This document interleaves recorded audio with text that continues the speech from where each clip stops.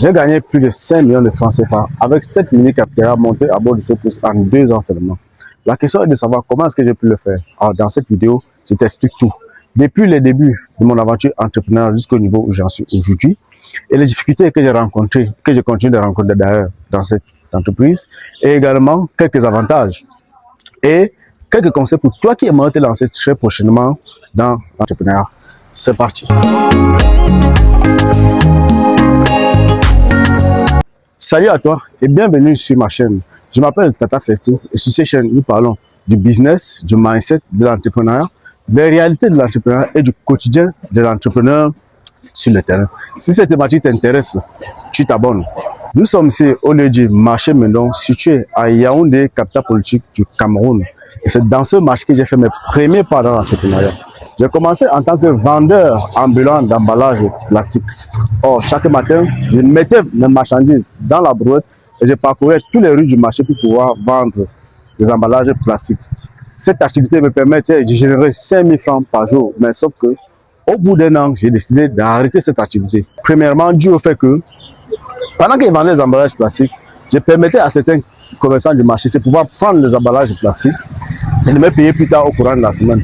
Mais, arrivé donc au terme des échéances, les commerçants ne me payaient pas à temps mon argent car ils avaient toujours des raisons à donner pour ne pas payer dans les délais. Et d'autre part, j'ai dû arrêter cette activité parce que de plus de personnes étaient lancées dans la vente ambulante d'emballage plastique, ce qui rendait le marché très concurrentiel et je n'arrivais plus à libérer mes stocks que j'avais au magasin.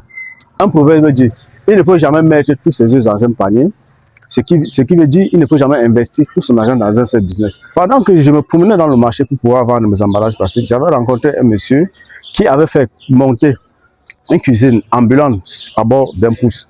Et dans cette cuisine, il offrait du pain gagné avec du spaghetti, des œufs, de la sardine, de la mayonnaise et bien d'autres garnitures, avec pour accompagnement principal le pain.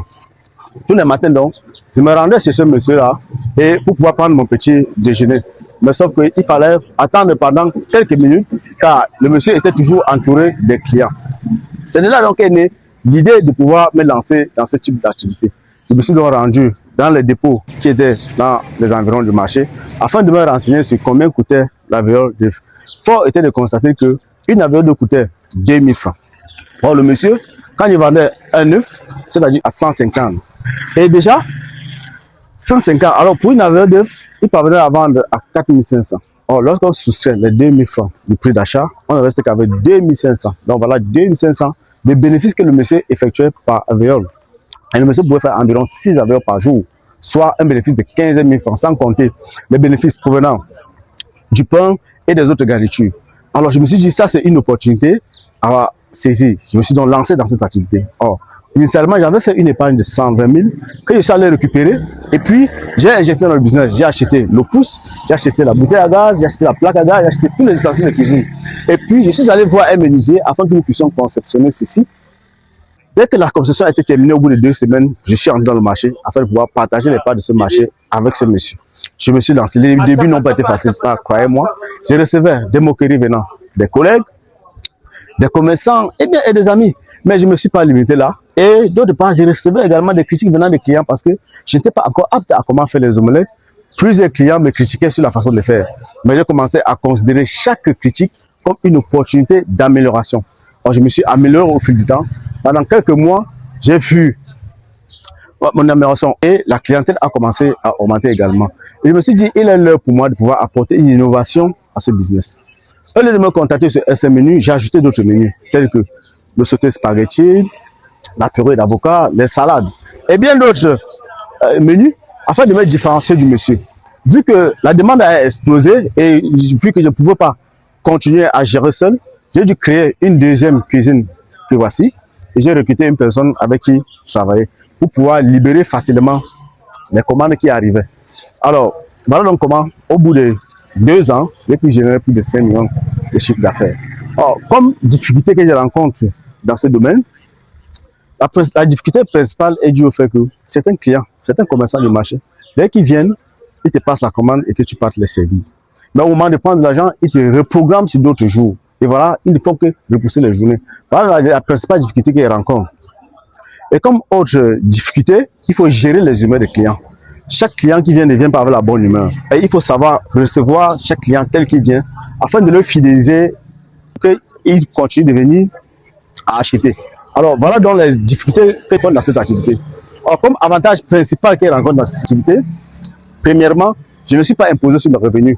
Je n'ai pas d'impôt que je paye, hormis puisque je suis installé dans le parking du marché. Je paye les frais du parking, je paye également les frais de nettoyage et également je paye le ticket du marché. Voilà donc toutes les charges que j'ai dans cette activité.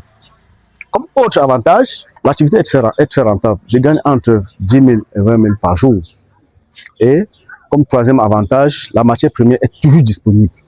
Donc, les œufs, le spaghetti, en fait, toute la matière première est toujours disponible. Donc, je n'ai pas de problème à me procurer la matière première. Or, le conseil que je vais donner pour toi qui regarde cette vidéo et qui aimerait te lancer dans l'entrepreneuriat et qui a peur de te lancer dans l'entrepreneuriat, mon frère, il faut concrétiser chaque idée entrepreneuriale qui te passe à l'esprit.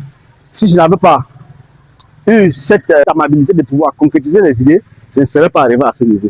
Également, il ne faut pas sous-estimer l'entourage. Les meilleures idées de business proviennent souvent, généralement, de nos entourages. Mais sauf que nos yeux ne sont pas entraînés pour voir ces différents avantages-là et ces différentes idées de business. Donc, il faut être très curieux avec son entourage. Or, j'ai été très curieux et voici le résultat. Et je ne regrette pas. Il y a de cela 2 ans en arrière. Aujourd'hui, j'ai pu réaliser quelque chose de consistant. J'ai investi dans plusieurs secteurs, juste provenant de cette mini-cafétéria. Donc, comme autre conseil, il faut être résilient.